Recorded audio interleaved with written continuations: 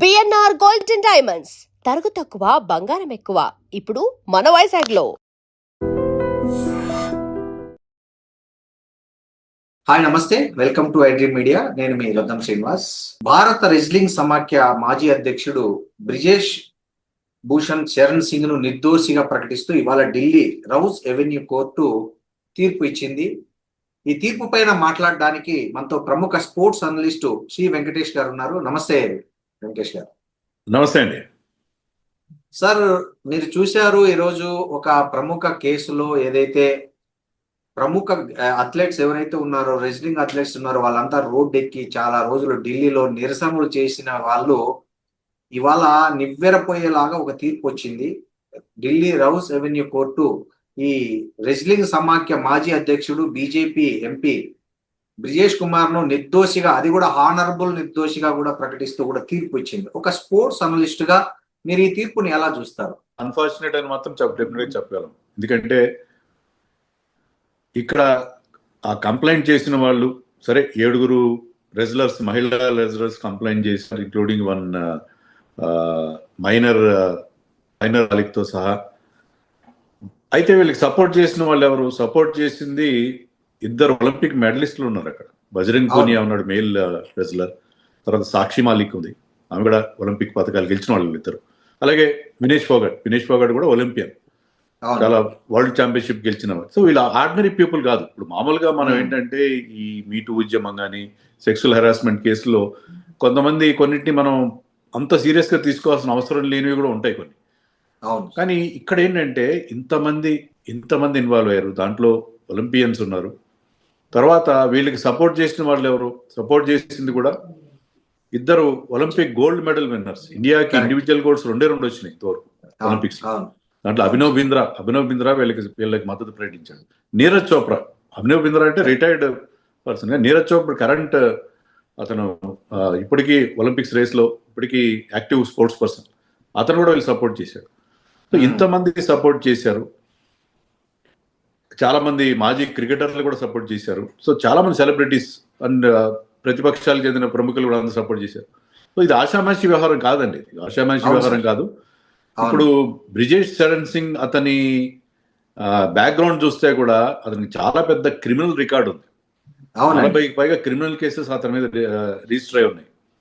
So అతను తెలుసు, అతను మాజీ ఎంపీ కావచ్చు, ఏమైనా కావచ్చు, కానీ అతను రికార్డు చూస్తే ఏంటంటే అతను ఒక మాఫియా డాన్ లాగా అక్కడ ఒక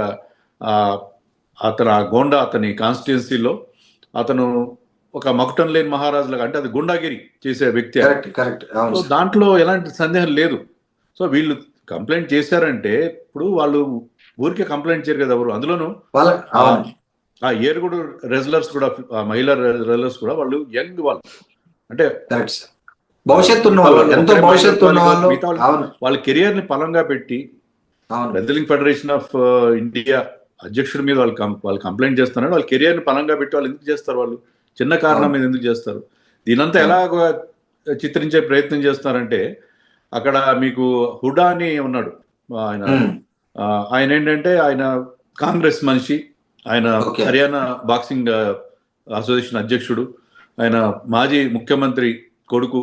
సో కాంగ్రెస్ వర్సెస్ బీజేపీ అన్న ఒక పొలిటికల్ కలర్ ఇస్తున్నారు. కానీ ఇక్కడ మనం అది కాదు చూడాల్సింది ఏంటంటే, వీళ్ళ ఆవేదన అర్థం చేసుకోవాలి. వీళ్ళు అనేకసార్లు కొంతమంది జర్నలిస్టుల దగ్గర కూడా వచ్చి ఈ కంప్లైంట్ ముందే వాళ్ళు ఇలా మమ్మల్ని వేధిస్తున్నాడైనా, ఏమన్నా మమ్మల్ని సెక్సువల్గా హెరాస్ చేస్తున్నాడని కూడా చెప్పిన సందర్భాలు ఉన్నట్టుగా మనకి కొన్ని రిపోర్ట్స్ వచ్చినాయి. సో దీన్ని మనం కొట్టిపారానికి లేదు, రాజకీయ వ్యవహారం. లేకపోతే ఏంటంటే ఈ సాక్షి మాలిక్ కానీ, బజరంగ్ పునియా కానీ వీళ్ళు ఒలింపిక్ వీళ్ళు మేజర్ టోర్నమెంట్స్కి వెళ్లే ముందు ట్రయల్స్ లో పార్టిసిపేట్ చేయడానికి ఇష్టపడలేదు. ఆ రూల్ పెట్టాడు కాబట్టి బ్రిజ్ శరణ్ సింగ్ మీద వాళ్ళకి కోపం ఉంది. ఇలాంటివేవో కొన్ని వాదనలు తీసుకొస్తున్నారు. అది కాదు, యాక్చువల్గా అలాంటివి జరగకుండా ఉంటే ఇంతమంది మహిళా రెజ్లర్లు కానీ వీళ్ళందరూ ప్రముఖులందరూ వచ్చి వాళ్ళు ఇలా కంప్లైంట్ చేసే అవకాశం ఉండదు. ఎందుకంటే జంతర్ మంతర్లో ఇక్కడ కోర్టు ఒక కామెంట్ చేసింది ఏంటంటే, బాధితుల వాంగ్మూలాల్లో వ్యత్యాసాలు, సరైన సాక్ష్యాధారాలు లేకపోవడమే ఇందుకు కారణమని తెలుస్తుంది. ఇంత పెద్ద అంతర్జాతీయ అథ్లెట్లు పాల్గొన్న కేసులో ఈ ప్రాసిక్యూషన్ ఏదైతే ఉందో అది బలమైన ఆధారాలను కోర్టు ముందు ఉంచడంలో విఫలమైంది అనుకోవచ్చా ఈ తీర్పును బట్టి? అంతే కదండి. ఇప్పుడు మీకు అక్కడ ప్రభుత్వాలు కేసును ప్రాపర్గా రిప్రజెంట్ చేయాలి. చేయకపోతే అవును. ఆధారాలు చూపించకపోతే ఏం చేస్తారు? మీకు కేసు వీగిపోతుంది కదా. అదే అదే రకంగా అంతే కదా, జరిగింది. ఎంత పెద్ద కేసు అయినా ఆధారాలు లభించకపోతే వీగిపోతుంది. అది దీనికి ఆధారాలు ఎలా ఇస్తారు? మీకు ఎన్నో అవును. సెక్షువల్ హెరాస్మెంట్ అవును. కేసులు ఉంటాయి వర్క్ ప్లేస్ లో కానీ అవును. అనేక ఉమ్. చోట్ల సెక్షువల్ హెరాస్మెంట్ అనేక రకాలుగా జరుగుతుంది. దీనికి ఆధారాలు తెలియవు. మీరు ఏంటంటే తెలివి ఉంటాయి. సర్కమ్స్టాన్షియల్ ఎవిడెన్స్ ప్రకారం వెళ్ళాలి చాలా సందర్భాల్లో. అంతేగాని సార్. మీకు ఖచ్చితమైన ఆధారాలు దొరకవు. మీరు అవును. వాంగ్మూలాల్లో తేడా ఉన్నాయన్నారు. ఉంటాయి, దాంట్లో ఎందుకు ఖచ్చితంగా ఎలా ఉంటాయి? కొంచెం తేడాలు ఉంటాయి. చిన్న చిన్న రీజన్స్ పెట్టి దాన్ని మొత్తానికి ఇది ఏంటంటే ఇప్పుడు ఇటీవల జరిగిన ఆందోళన, ఇటీవల జరిగిన CJP, నీట్ అవును. వ్యవహారం, ఆ తర్వాత ప్రభుత్వానికి దే నీడెడ్ సమ్ సొలిస్, వాళ్ళకి కొంత అవసరం, ఇలాంటిది ఒక విజయం అవసరం. ఆ విజయం అవును. లభించిందేమో. జంతర్ మంతర్లో జరిగింది బురద కూడా. బురదను కూర్చున్నారు కదా. బీజేపీకి అంటిన బురదను కడుక్కోవడానికి ఇది ఒక సాధనం వాళ్ళకి, ఈ కేసు తీర్పు అనుకోవాలి. అలాగే కనిపిస్తుంది మనకి. ఇప్పుడు అవును. ప్రధానమంత్రి గాని బీజేపీ ప్రభుత్వం గాని బేటీ బచావో అని చెప్పి పెద్ద ఎత్తున మాట్లాడతారు. మరి అవును. ఇక్కడ బేటీ బచావో అప్లై కాదా? మీకు చెప్పండి. బేటీ బచావో అప్లై కావాలి కదా. వీళ్ళు ఖచ్చితంగా అండి. రెజ్లర్స్, దేశానికి కీర్తి ప్రతిష్టలు తీసుకొచ్చే స్పోర్ట్స్ పర్సన్స్. దీనివల్ల అవును. ఏమవుతుందంటే ఇలా జరుగుతున్నాయి. ఇప్పుడు మా పిల్లల్ని మేము బయటకు పంపిస్తే ఆ, బయట బయట మన మన ఊర్లో కాకుండా వేరే ఊర్లకు పంపించి వాళ్ళకి ఇలాంటి టోర్నమెంట్స్ లో పాల్గొనడానికి పంపిస్తే వాళ్ళ మీద ఇలాంటి సెక్షువల్ హెరాస్మెంట్ జరుగుతుందని ఒక రాంగ్ మెసేజ్ వెళ్తుంది. జరిగిన అవును. సందర్భాల్లో కూడా ఎలాంటి శిక్ష పడకపోతే ఇంకా పేరెంట్స్ ఇంకా భయపడతారు. ఇలా అంతే జరిగినా కదా సార్. కూడా మేము అసలు చాలా వరకు ఇలాంటి సెక్షువల్ హెరాస్మెంట్ కేసులో ముఖ్యంగా ఈ టీనేజ్ పిల్లల విషయంలో వాటిలో వాళ్ళు జరిగినా కూడా వాళ్ళు కామ్గా భవిష్యత్తులో నోరు మెదిపే బయటపడడానికి పరిస్థితి లేకుండా. అవును, కరెక్ట్. అంతే కదా సార్. బయటపడడానికి ఇష్టపడరు. అవును. ఇప్పుడు ఇలాంటి ఇంకోటి సార్, జరిగితే పేరెంట్స్ ఇలాంటి పంపరు, ఎలాంటి టోర్నమెంట్ అవును. పంపరు. మీరు ఆడితే మన ఊర్లో ఉన్నప్పుడు ఆడండి, మీరు బయటకు వెళ్ళడానికి అవును. వీల్లేదు. ఎందుకంటే బయటకు వెళ్తే ఇలాంటివి జరుగుతున్నాయి. ఒకవేళ జరిగిన మీరు బయటపడి మీరు ఓపెన్ అయ్యి మీరు దాన్ని కంప్లైంట్ చేసినా కూడా ఆ నేరస్తుల మీద సదరు నేరస్తుల మీద ఎలాంటి చర్యలు తీసుకోవట్లేదని రాంగ్ మెసేజ్ వెళ్తుంది. ఇది Right. బేటీ బచావో అని అనుకున్న దానికి దీనికి ఏంటి అసలు ఎంత సంబంధమే ఎంత లేదు. పరస్పర విరుద్ధంగా ఉన్నాయి కదా ఈ రెండు. సార్, ఈ కేసులో బ్రిజేష్ భూషణ్ తో పాటు సహనిందితుడు ఎవరైతే ఉన్నారో వినోద్ తోమర్ ను కూడా కోర్టు నిర్దోషిగా ప్రకటించింది. దీన్ని ఎలా అర్థం చేసుకోవాలి అసలు? అతను కూడా సెక్రటరీ అనుకుంటా, వినోద్ తోమర్. అవును. అతని మీద కూడా ఇదే ఆరోపణలు వచ్చినాయి. చాలా అవును. సందర్భాల్లో జరుగుతాయి. మీకు అనేక క్రీడా సమాఖ్యల్లో మనకి ఇలాంటివి జరుగుతూనే ఉంటాయి. సో జరిగినప్పుడు వీటి మీద ప్రాపర్ యాక్షన్ తీసుకోవాలి. తీసుకోని పక్షంలో మీకు డెఫినెట్ గా అది దానివల్ల చాలా సివియర్ ఇంపాక్ట్ ఉంటుంది. ముఖ్యంగా పేరెంట్స్ అవును. తమ పిల్లల్ని పంపించడానికి ఏమాత్రం ఇష్టపడరు. సో ఇది చాలా దారుణమైన విషయం అండి. ఎందుకంటే ఇంతమంది ఇన్ని రకాలుగా ఆవేదన వ్యక్తం చేసిన దానంతా ఒక సింగిల్ స్ట్రోక్ లో ఒక పెన్ను పొడితో దాన్ని అది ఏమి జరగలేదు అక్కడ. బ్రిజ్భూషణ్ అగ్ని పునీతుడిగా బయటకు వచ్చాడు అనుకుంటే ఇంతకంటే దారుణము, దరిద్రము, బ్లాక్ డే అని చెప్పాలి ఒక రకంగా. ఇది డెఫినెట్ గా రెజ్లింగ్ చరిత్రలో ఇది ఒక బ్లాక్ డే అని చెప్పుకోవాలి మనం యాక్చువల్ గా. రెజ్లింగ్ చరిత్రలోనే కాదు, ఈ మీటూ మూవ్మెంట్ లో కానీ లేకపోతే ఈ మహిళా అథ్లెట్ల వాళ్ళ భద్రతకు సంబంధించి వాళ్ళ సేఫ్టీకి సంబంధించి కూడా ఇది చాలా పెద్ద విఘాతం, పెద్ద దెబ్బగా మనం చెప్పుకోవాలి వితౌట్ ఎనీ డౌట్.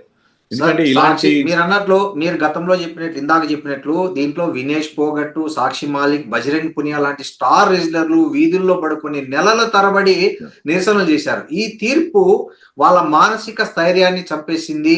వారి త్యాగాలను కూడా ప్రశ్నార్థకం చేసింది అనుకోవాలా? ఎందుకంటే వాళ్ళ కెరియర్ పనంగా పెట్టారు. వాళ్ళందరూ యాక్టివ్ గా ఉన్న స్పోర్ట్స్ పర్సన్స్ వాళ్ళు. ఒక అధికార పార్టీ వ్యక్తి ఈ పోరాటానికి వాళ్ళు పూనుకున్నారు.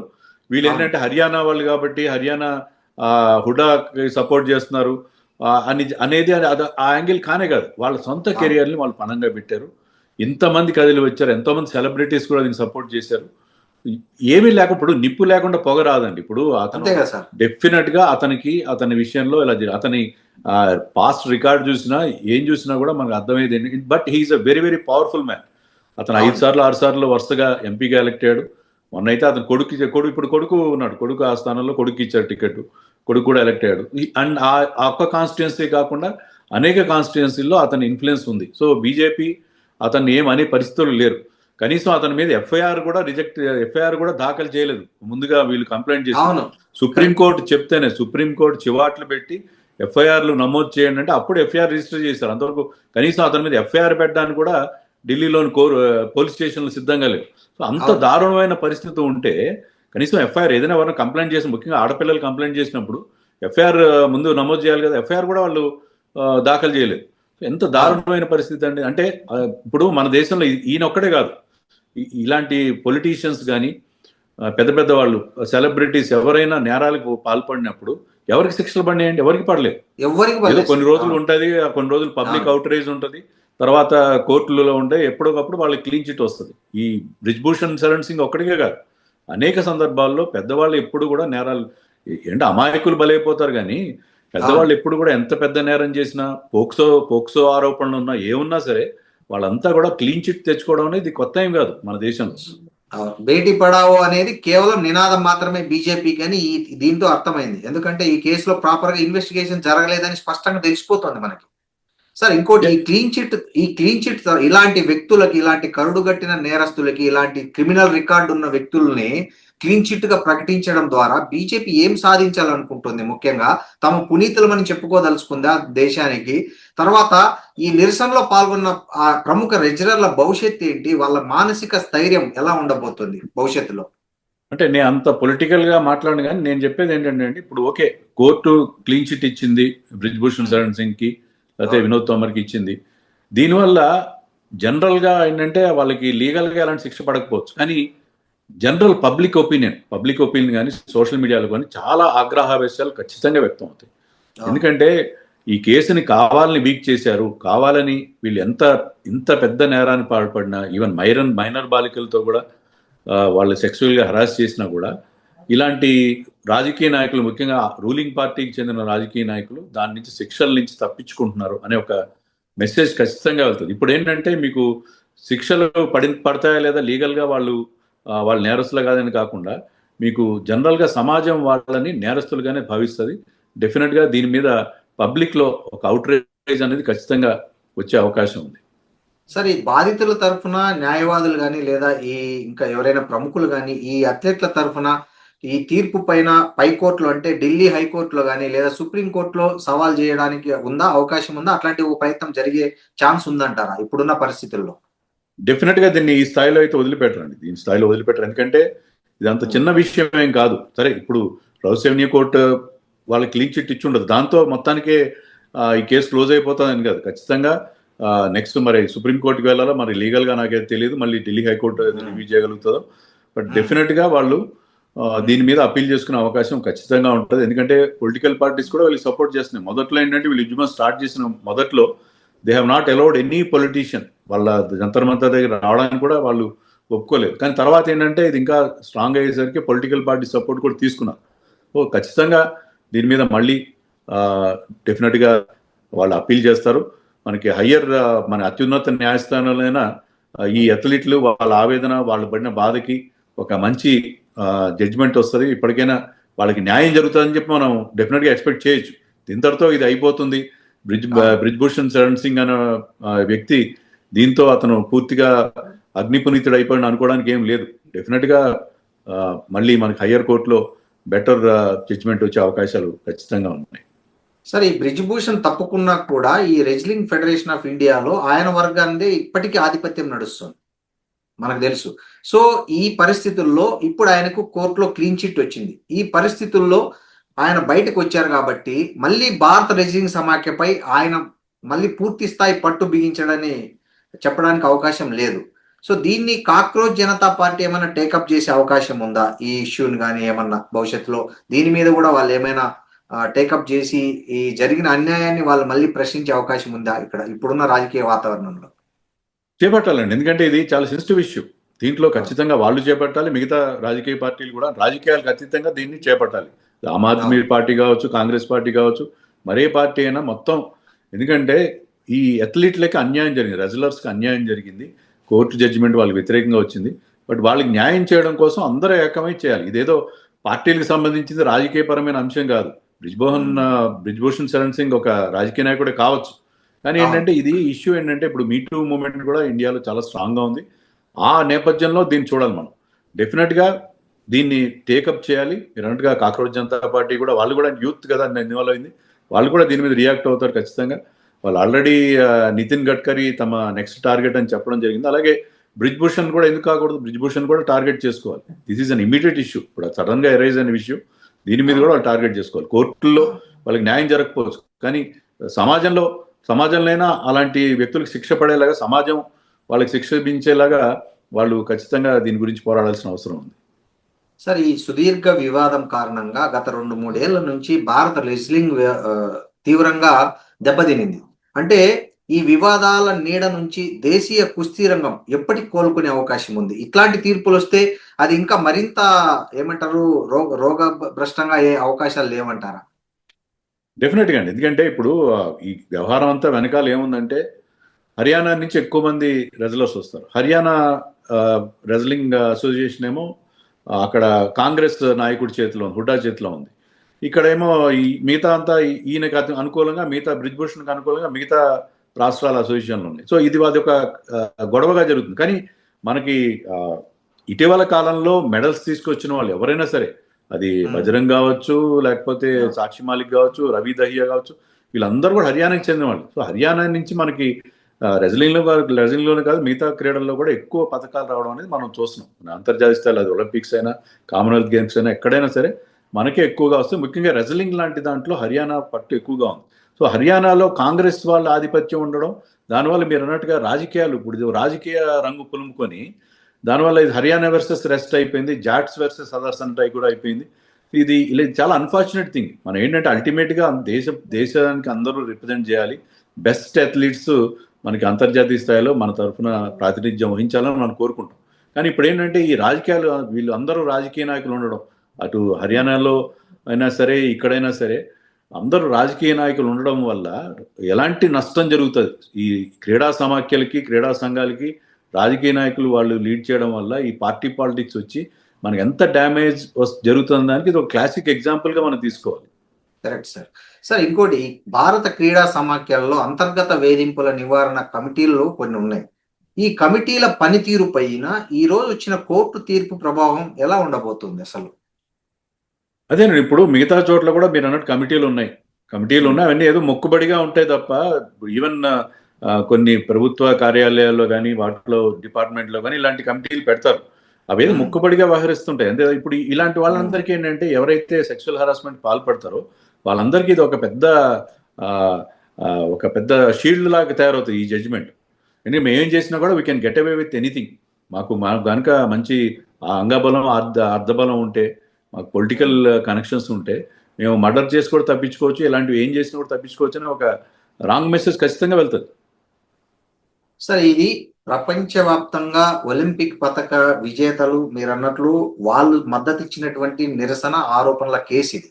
సో ఇలాంటి కేసుల్లో ఇంత వ్యతిరేకమైన తీర్పు రావడం అనేది భారత క్రీడా రంగానికి అంతర్జాతీయంగా ఎలాంటి మెసేజ్ పంపుతుంది అంటారు దీన్ని?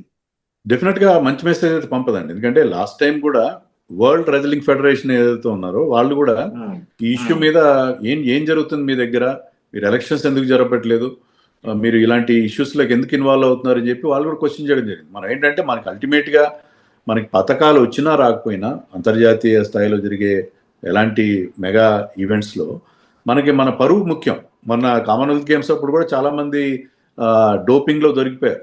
సో మనకి పథకాలు వచ్చినా రాకపోయినా మన ప్రతిష్ట, మన పరువు అనేది చాలా ముఖ్యం. సో ఇలాంటి సెక్షువల్ హరాస్మెంట్ ఇష్యూస్ కానీ, డోపింగ్ ఇష్యూస్ కానీ లేకుండా ఉంటే చాలు. పథకాలు తక్కువ వచ్చినా పర్లేదు, ఇండియా ఏ క్రీడల్లో పాల్గొన్నా కూడా వాళ్ళు క్లీన్గా ఉంటారు. వాళ్ళ దగ్గర ఆ స్ట్రక్చర్ కానీ అంతా క్లియర్గా ఉంది. స్పోర్టింగ్ స్ట్రక్చర్ అంతా చాలా స్మూత్గా జరుగుతుంది. దాంట్లో ఎలాంటి ఇబ్బందులు లేవని ఒక మెసేజ్ ఉండాలి తప్ప, దీనివల్ల మన దేశ ప్రతిష్ట కూడా భంగం వాటిల్లే అవకాశం ఖచ్చితంగా ఉంటుంది.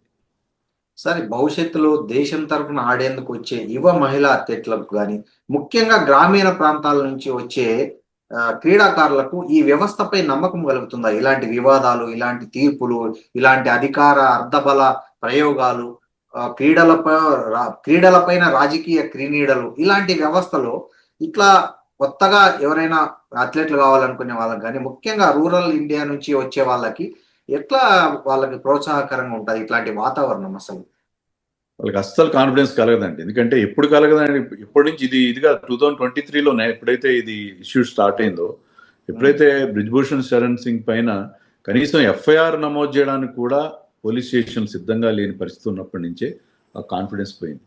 తర్వాత వాళ్ళు జంతర్ మంతర్ దగ్గర రాత్రనగా పగలగా ఎండనక వానక కూర్చుని నెలల తరబడి మన స్టార్ అథ్లీట్స్ వాళ్ళు ధర్నా చేసినా కూడా ప్రభుత్వం నుంచి కించిత్ స్పందన కూడా లేని రోజే ఆ కాన్ఫిడెన్స్ పోయింది. ఈ జడ్జిమెంట్తో నిమిత్తం లేకుండానే మన మహిళా అథ్లీట్స్ ఏ ఏ ఏ క్రీడలో పాల్గొంటున్నారో వాళ్ళందరికీ కూడా ఈ హోల్ ఎపిసోడ్ వల్ల చాలా చాలా అపనమ్మకం మన సిస్టమ్ మీద, మన క్రీడా రంగం పైన ఒక అపనమ్మకం అనేది ఖచ్చితంగా ఏర్పడింది. మనం ఇటీవల కాలంలో చూస్తే మనకి ఒలింపిక్స్లో కానీ ఏ ఈవెంట్లో అయినా, ఈవెన్ బ్యాడ్మింటన్లో అయినా, ఎక్కడైనా సరే, ఈవెన్ మన క్రికెట్లో కూడా మన ఉమెన్ అథ్లీట్స్, మా మహిళా క్రీడాకారులు చాలా మంచి రిజల్ట్స్ ఇస్తున్నారు. కానీ ఇప్పుడు మనం వాళ్ళందరికీ ఏం మెసేజ్ ఇచ్చాం? మనం ఏం మెసేజ్ ఇచ్చామంటే మీ సేఫ్టీకి ప్రభుత్వం నుంచి కానీ మన సమాజం నుంచి కానీ ఎలాంటి రక్షణ లేదు, మీకు రక్షణ కల్పించే పరిస్థితి లేదు.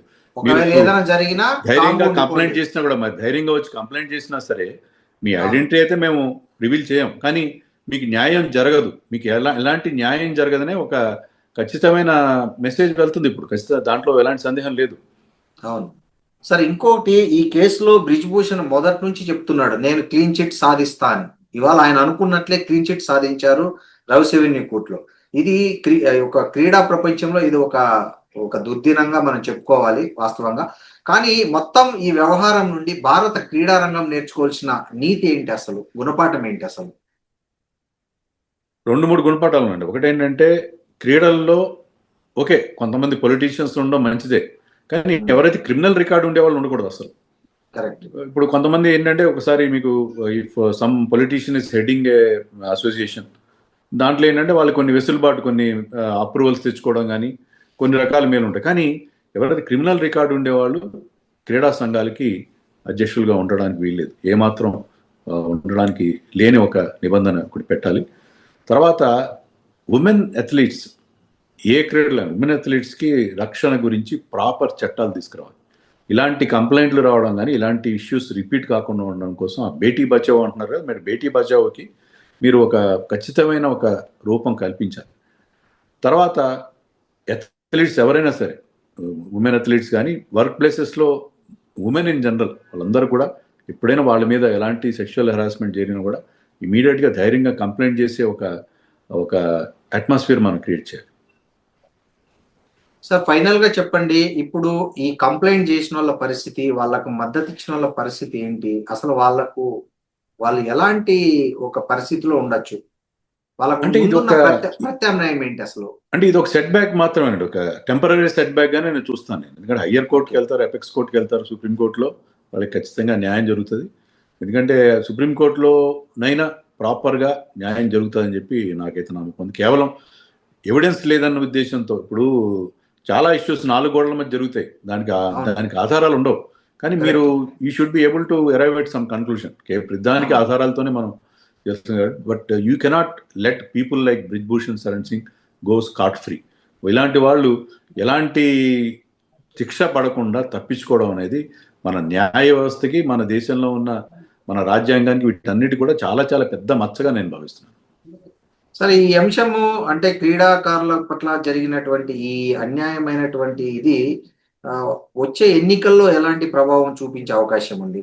దేశ ప్రజల పట్ల ఎలాంటి, బీజేపీ మద్దతు ఇచ్చిన బ్రిజేష్ కుమార్ కు మద్దతు ఇస్తున్న పార్టీలకు కానీ, బ్రిజేష్ కుమార్ ను ఎవరైతే సపోర్ట్ చేస్తున్న ఒక పార్టీలు ఉన్నాయో వాళ్ళందరికీ ఈ తీర్పు నుంచి ప్లస్ కానుందా, మైనస్ కానుందా సమాజం నుంచి? నేను అనేది క్రీడా విశ్లేషకుడిగా నేను అంత డీప్ గా చెప్పలేను, కానీ నేను చెప్పేది ఏంటంటే ఒకటే విషయం, public memory is very short.